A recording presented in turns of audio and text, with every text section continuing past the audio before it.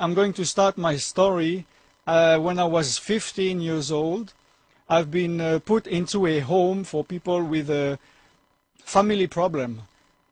They were older guys than me, and they were drinking alcohol, they were taking drugs, they had problems with the police. Many of them, they went to jail and they put them there when they went out. So very quickly I started myself to do all those things.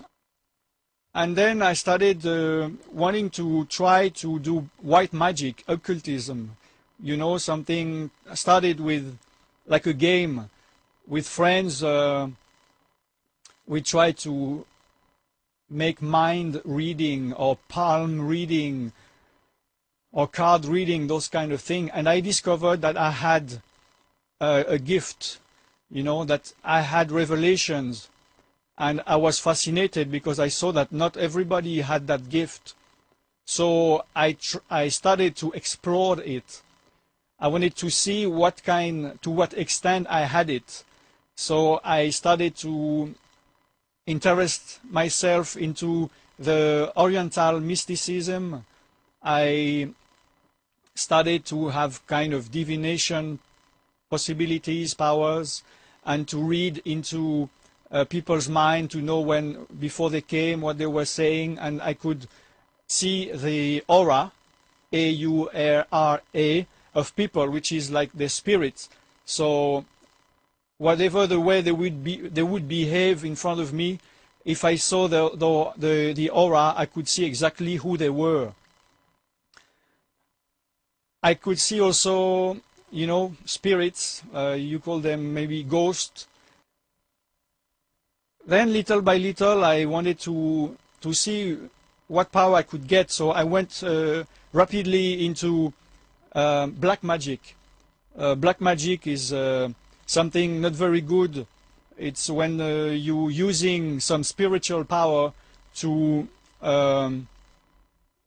not for the benefit of people, to make them problem, maybe to curse them or to make them lose their job, or that their wife or husband go away, whatever. And you can give them maybe illness or kill them. And I did some of those things. One of them, I watched her died in front of me. She bled to death in front of me. So I had, you know, I was happy to see that I had those power, but I was not feeling very good, you know. I had very difficult spiritual problems. I tried to suicide myself, and then they put me, you know, in a psychiatrist hospital for a while. I had a NDE, a near-death experience, which is, you know, when you are going to die, yourself, your spirit, your soul is going out of your body, and then you will go to God. Of course, your body will go to dust. And so I lived those first minutes, and I saw that I was not ready. Until that day, I was not afraid of death. I thought, on the contrary, that death would solve all my problems. I thought, I have so many problems here of every kind. You know, inside I was getting paranoid and so much anguish, and I didn't have any motivation, and I was living to die, you know. All my friends were dying around me, and I thought I would die before the age of 20. And I thought that all my problem would be solved and stopped at the moment when I died. But when I made this experience, I saw that it's not stopping, and not only it's not stopping, but I will not have to bear those problems and those torments for just 40 years or 60 years, but for eternity. So fortunately, I went back in my body, I didn't die, and after that, I tried to change my life and to make a better life. I knew I was bad, So I started to practice yoga and sport. I stopped all toxics, even cigarettes, even meat, and I tried to be a better person. I wanted to purify myself, my soul, my spirit from all the consequences of the thing I did. I thought I could become a new person, reborn myself into a new person, and that all the things that I did before will have no consequences on who I was now, because I thought I wanted to be a new person, a new creature. After 6 months of intensive practice, I had a revelation that if I can do anything to improve myself, try to be pure, to behave good with other people, to be ascetic, to practice yoga, anything I can do to be better, or if I'm the worst guy on earth, I am not getting nearer God of 1 inch. So I realized that I couldn't do anything with my own strength to get near God. One day a friend of mine invited me in a Christian meeting. I hated Christians. So I said, of course no, of course no.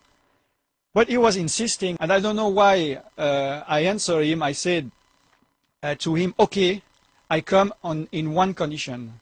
You never talk to me again about any meeting. I come once in my life for 1 hour, and after I'm gone, and you don't talk to me about any meeting. At one point when he was preaching, I saw his aura, and it was the brightest aura, the purest, the whitest, the cleanest, the more powerful aura I ever seen in my life. And I knew that this was the ultimate power. So I knew that this guy had the ultimate spiritual power, and I wanted to get this power. He preached again, and at what moment he said, the people who want to receive the power of God, just come over in front. So I jumped in front, you know, I closed my eyes, and I was waiting to receive the ultimate power. Unfortunately, in my mind, I saw Jesus, and I saw the cross. So I was thinking, I don't want Jesus, I don't want the cross, just go away, I want the power. So God spoke in my spirit. He told me that I had to accept Jesus and the cross, because if I continue the life I'm having now, in 6 months I'm dead. He showed me the length of time. He showed me how I would die. Because I had this near-death experience, I knew that I was not prepared, I was not ready to die, and I didn't want to be tormented forever. So, almost against my will, I capitulated. I accepted Jesus and the cross. I just did this to save my neck. Now, 30 years later, I am grateful to God because He had to act like this, because I wouldn't have a second chance.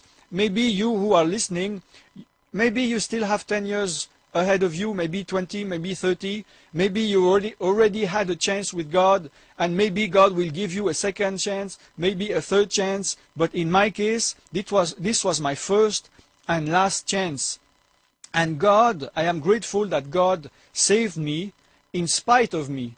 He found a way to save me, because He knew that in 6 months I would be buried, my body would go back to the dust, and my spirit would go back to Him. And I was not ready to die. So I am very grateful to Him now to be saved. I am not afraid to die, because I know where I am going.